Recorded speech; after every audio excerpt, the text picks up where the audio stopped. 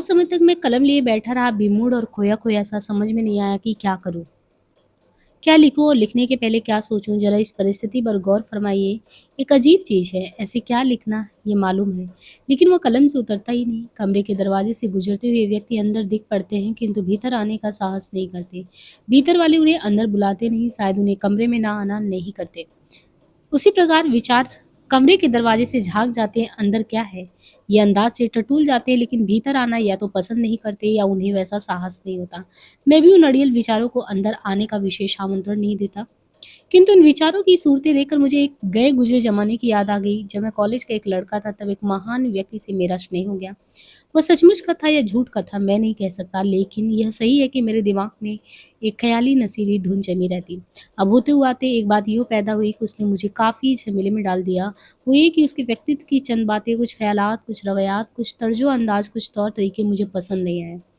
जहाँ तक दूसरे व्यक्तियों का प्रश्न है, मैंने ये कभी नहीं चाहा कि मैं अपनी पसंदगी को एक मानदंड या तुला का उच्च पद प्रदान करूँ। दूसरे शब्दों में, क्या मैं अपनी प्रतिक्रियाओं के सहीपन पर विश्वास करके उस व्यक्ति को शांत जैसी आंखों से देखते हुए व्यक्तित्व का विश्लेषण करके विश्लेषित अंकों को पुनः एक बार इकट्ठा कर उन्हें विद्रूप के एक नए पैटर्न में, नए ढांचे में ढाल दूं, या दांती की भांति उस छाया को उद्धारक आत्मा की भांति उसके रूप में बेट्रिस बनाकर जगमगाते हुए आदर्श रूप में उपस्थित करते हुए स्वयं स्वर्ग व नरक की हवा खाता रहूं।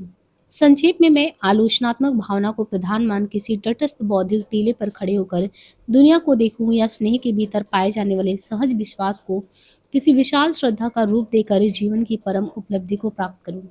आज से कई साल पहले मेरे एक मित्र ने यह प्रश्न उठाया था। भावना में निश्चय ही एक सूक्ष्म दृष्टि होती है, और मैं समझता हूँ वो दृष्टि उस मित्र में थी।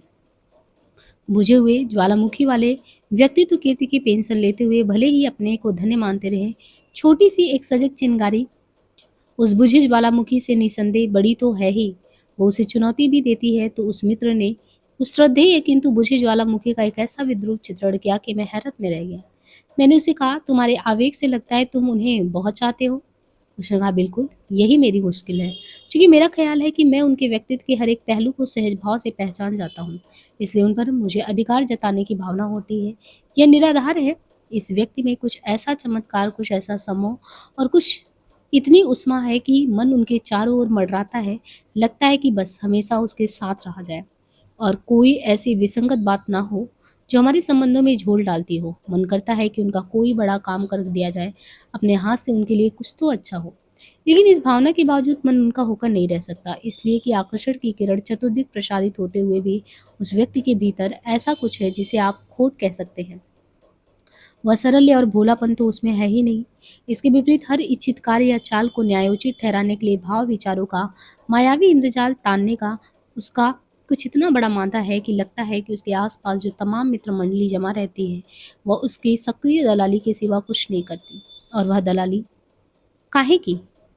एक नितांत प्रक्रियावादी राजनीति की, एक अत्यंत कठोर स्वार्थ की, एक शिलावत भाव की जिसका संबंध सिर्फ मैं से है। मेरे मित्र के चेहरे से पता चलता था कि वह उस व्यक्ति की बहुत सी अंदरूनी बातें जानता है, बहुत से ऐसे विचित्र तथ्य उसके पास है जिनके वह कभी जुगान पर नहीं ला सकता। लेकिन फिर भी उस व्यक्ति को वह इतना चाहता है कि अगर वह उसकी तारीफ करने पर उतर आए, तो एक मरमी कवि की भांति वह पूरा व्यक्तित्व चित्र प्रस्तुत कर सकता है। स्पष्ट है कि सामने बैठे हुए मेरे मित्र में एक एम्बिवेलेंस, एक दो मुहापन है। उसने जिसको अत्यंत हार्दिक रूप से चाहा, उसी का परित्याग करने पर वह मजबूर हुआ। इस एम्बिवेलेंस के शिकार मैंने काफ़ी लोग देखे हैं। वे एक ही व्यक्ति से तीव्र स्नेह और घृणा एक साथ करते हैं। उनकी घृणा और स्नेह दोनों में एक घनिष्ठता है, किंतु ये घनिष्ठता भी इतनी तीव्र होती है कि एक दूसरे के प्रति विराग का छद्म भाव ओढ़ने के लिए मजबूर है। इस समय मेरे मित्र का चेहरा कटु और कठोर हो रहा था। मुझे यह साहस ही नहीं हुआ कि मैं उसके मित्र का नाम ढाम पूछूं। वे उसके परम श्रद्धेय हैं, वह उन्हें लात मार सकता है, मैं नहीं। किंतु इतना सही है कि श्रद्धेय की आलोचना करना भारतीय संस्कार के इतने विपरीत है कि कुछ मत पूछे। हम अपने मन की सज्जनता को भीतर के आलोचक से अधिक प्रतिष्ठित बनाए रखते हैं। ये कितनी बड़ी आत्मवंचना है। इस आत्मवंचना का कोई पार नहीं है। किंतु ये बात बहुत ही महत्वपूर्ण है कि आलोचना हमेशा तटस्थ और निष्पक्ष नहीं हुआ करती। वो बहुधा दृष्टि के बजाय मात्र एक भावावेश होती है, और दिल का किमियागिरी उस भावावेश पर बनावटी आंखें जड़ देता है। उसकी कीमियागिरी इतनी भयानक होती है कि वो हमारी सूरत बंदर जैसी बना देती है, जिसकी हम खुद अपनी उस समझ की गिरफ्त में रहते हैं कि हमारा चेहरा बहुत खूबसूरत है। मतलब यह कि मेरा ख़्याल है कि अंधी श्रद्धा से अंधी आलोचना एक भयंकर चीज़ है। बिल्कुल गलत है कि आलोचना का संबंध बुद्धि से और श्रद्धा का हृदय से होता है। मार्क्सवाद पर लोगों की श्रद्धा हृदय से नहीं बुद्धि से उत्पन्न हुई है और उसी मार्क्सवाद की बहुतेरी आलोचना अंधी भावना से प्रेरित हुई है।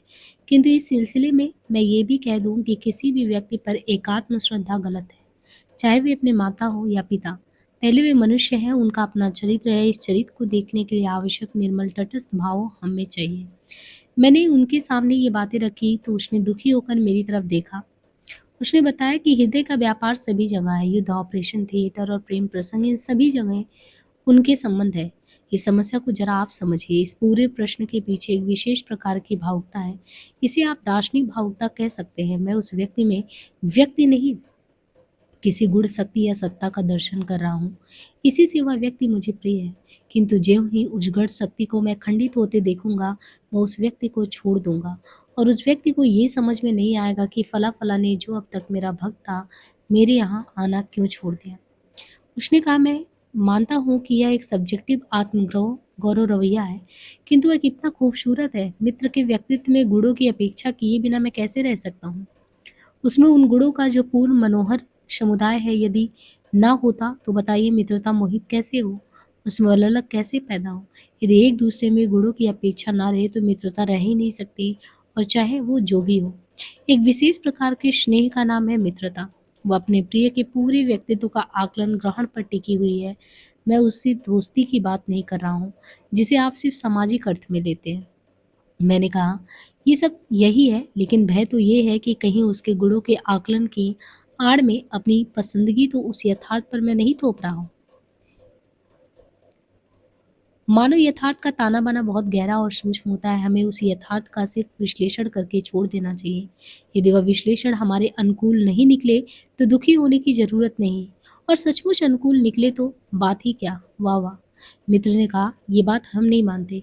यदि हमारे हृदय के संबंध हैं, तो हम उनके आधार पर इतना ही कह सकते हैं कि तुम्हारी फला बात पसंद नहीं और फला बात पसंद है, और हम चाहते हैं कि जो बातें हमें नापसंद है, तुम्हें वह हो ही नहीं। अगर किसी पराये आदमी के संबंध में ये बात होती तो बात अलग थी। मैंने कहा, ये तो ठीक है, किंतु जो मित्र आपके श्रद्धेय हैं, उनसे दूरी तो आप बनाए रखते ही हैं। एक ओर स्नेह और दूसरी ओर दूरी भी। इस झंझट में सब गड़बड़-झाला हो जाता है। उसने खुश होकर कहा, अब तुमने नब्ज पर हाथ रख दिया। मित्र के घनिष्ठ संपर्क के अलावा उससे जो हमने दूरी कायम करके रखी है, तो उस दूरी के थुअर जंगल में सब पाप छाएँ इकट्ठी रहती हैं, ठीक है ना ये? मैंने कहा, बिल्कुल ठीक है। अगर ऐसे व्यक्ति की हमें आलोचना करनी है, तो पहले उसे अपने घनिष्ठ विश्वास में लेकर फिर उसे धीरे-धीरे उस मोड़ की तरफ ले जाना चाहिए, जहाँ हमें अपने विश्वास की बात करनी है।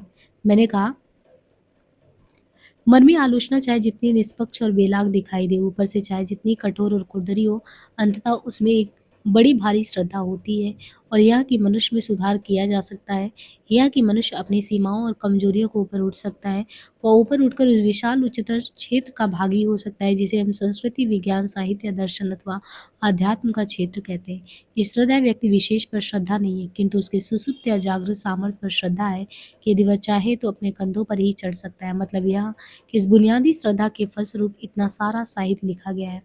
मेरे मित्र ने विश्वास और संशय दोनों के समन्वित भाव से मेरी तरफ देखा और कहा, ये सब थियरी की बातें अपनी अपनी जगह सही है, किंतु उसका महत्व तो अमल में लाने में ही है, और अमल में लाने जाने की प्रक्रिया में अमल में लाने वाले की सारी बुराइयां, सीमाएं और कमजोरियां इतनी अधिक प्रकट होती हैं कि कार्य में कर्ता की दागदार छाप से जिसके प्रति कार्य किया गया है, वह व्यक्ति बौखला उठता है। वह व्यक्ति उस आलोचना पर फिर विश्वास नहीं कर पाता। इस बात को सुनकर हम दोनों को हंसी आ गई। बात बिल्कुल माकूल है। आलोचना का कार्य वस्तुतः सिद्धांत के प्रकाश के अलावा एक सूक्ष्म कौशल भी है। मैंने उसे कहा, इसलिए तो कहता हूँ कि हम आलोचना करते वक्त गलतियों के लिए कम से कम 25-30% हाशिया छोड़ दें। अगर हम हैं कि बदले हो सकता है, संभव है, कदाचित ये भी हो। इस तौर से बात करें और मानव ज्ञान और अपने स्वयं ज्ञान की साक्षात सीमाएं प्रत्यक्ष ध्यान में रख उतना मार्जिन अपने को और दूसरों को प्रदान करे, तो बहुतेरे हृदय दाह समाप्त हो जाए और हार्दिक तथा वैचारिक आदान प्रदान ज़्यादा सुगम और सरल तरीके से हो। मैंने अपने मित्र की आंखों की तरफ देखा। मुझे लगा कि वह मुझसे सहमत है। आगे यहाँ पे देखिए, सड़क को लेकर एक बातचीत जो है लेखक से, सड़क को लेकर एक बातचीत के संबंध में जो है यहाँ पे आगे बढ़ते हैं।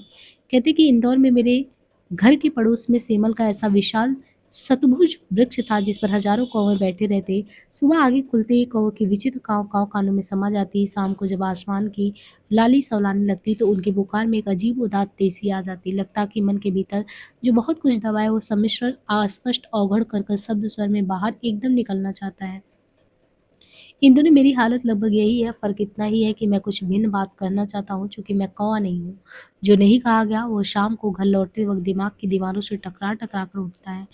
विचारों में एक विचित्र प्रकार की उत्तेजना होती है, इस उत्तेजना को यदि पी लिया जाए तो वह दिल को तकलीफ़ देती है। मैंने लिख डालने को भी बहुत तेरी कोशिश की लेकिन ज़िंदाबाद इतनी शीघ्रतापूर्वक अपनी शाखा-प्रशाखाएँ विकसित करती जाती हैं, उन्हें फँसाती जाती हैं कि मुश्किलों का सामना करना पड़ता है।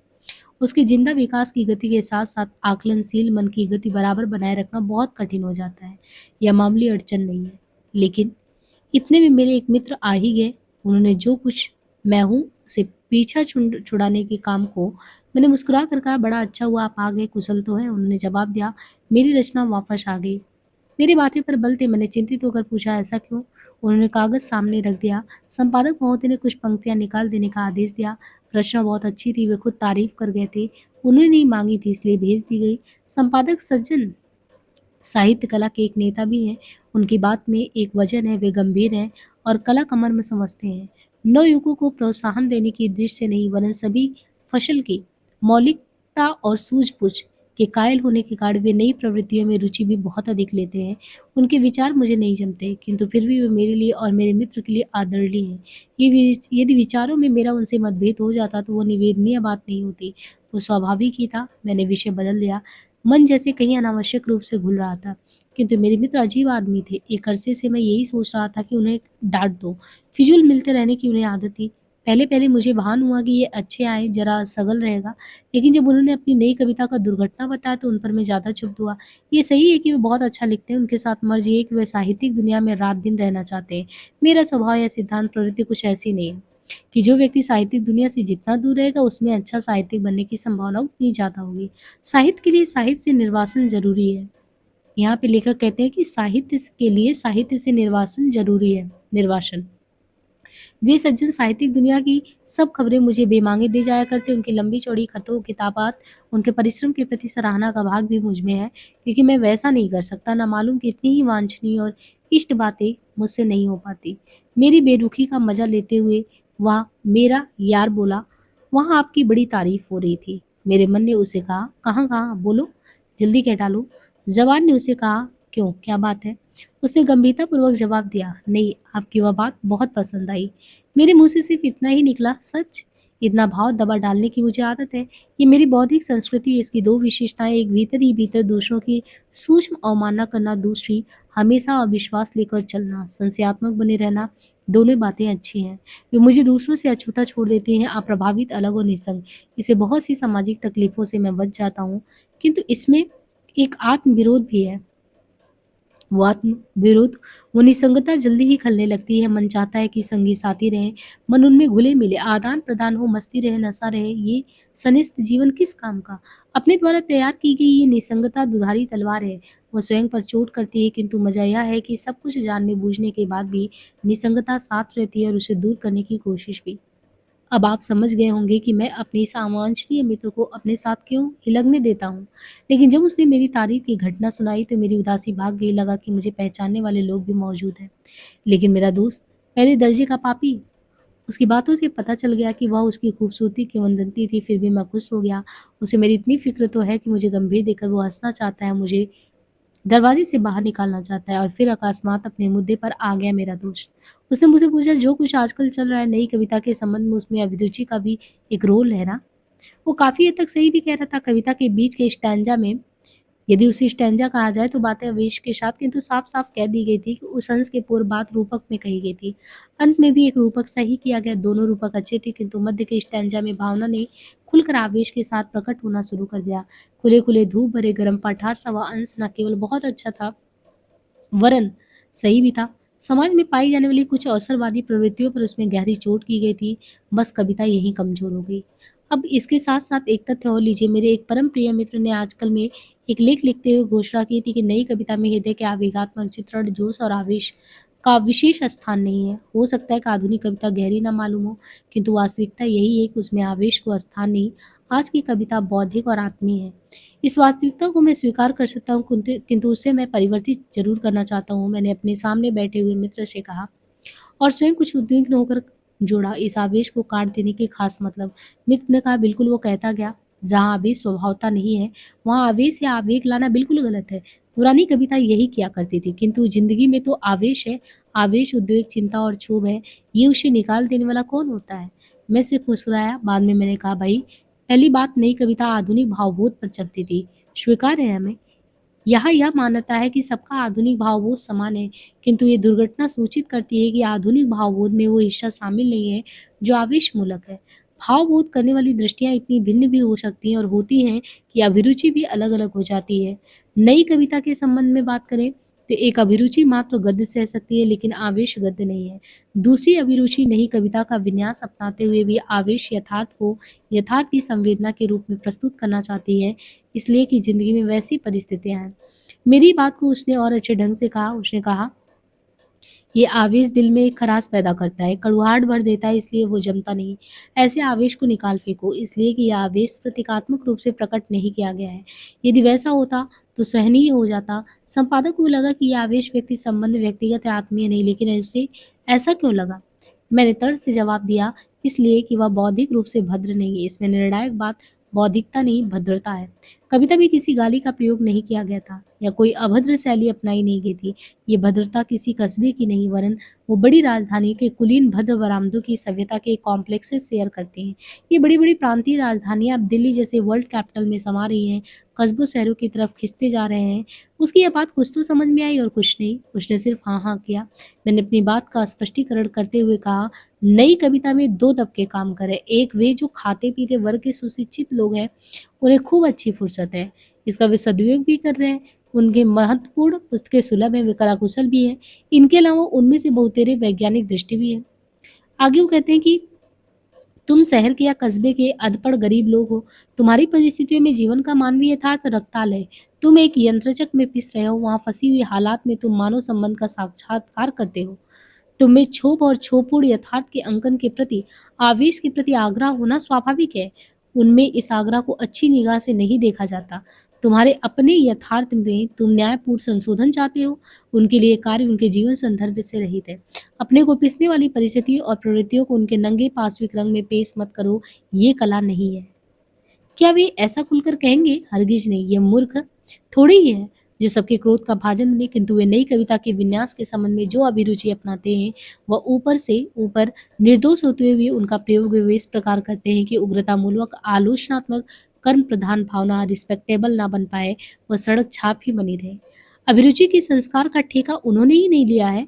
अगर चाहो तो इसे तुम भी खूब अच्छा निखार सकते हो, किंतु उनकी कला कुशलता की उपेक्षा करना या उस पर अपना स्वयं का अधिकार न करना गलत है।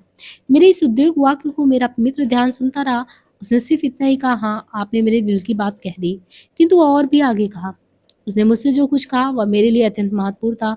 उस बात को मैं अपने शब्दों में रख रहा हूँ। वो कहा कि काव्य सत्य भावना प्रसूत है, परंतु उस काव्य सत्य का नैतिक उत्तरदायित्व है। हम उसे केवल काव्य सत्य कहकर नहीं टाल सकते। वह सत्य हमारे व्यक्तित्व से कुछ मांग करता है। मैंने जवाब दिया, हाँ, we should not desert our own class. हम यदि गरीब मध्य वर्ग में पैदा हुए हैं तो हम उसकी भाव स्थितियों को जरूर बताएंगे। प्रश्न विषय का भी है और दृष्टिकोण का भी। हमें से बहुतेरे ऊपर की श्रेणी में मिल गए हैं। वे हमारी भावनाएं प्रकट नहीं करते, कोई दूसरी दृष्टि प्रकट करना चाहते हैं। वह मुस्कुराया और शायद उसकी आंखों के सामने कई ऐसे साहित्यिक को दृश्य जो खिल उठे, जो स्वयं बहुत गरीब घराने में तो पैदा हुए थे, किंतु अभी वे अपनी जनधात्री धरती से पराये होकर न उपल्ली श्रेणी की उपलब्धियों के वास्तविक निष्कर्षों में रम सके, न अपने बंधु बांधों की पीड़ा भरी विवेक दृष्टि को ही अपना सके। आगे यहाँ पे देखिए, एक मूत्र की पत्नी का प्रश्न चिन्ह। तो यहाँ पे हम नेक्स्ट पार्ट में देखेंगे। आज के लिए इतना ही, धन्यवाद।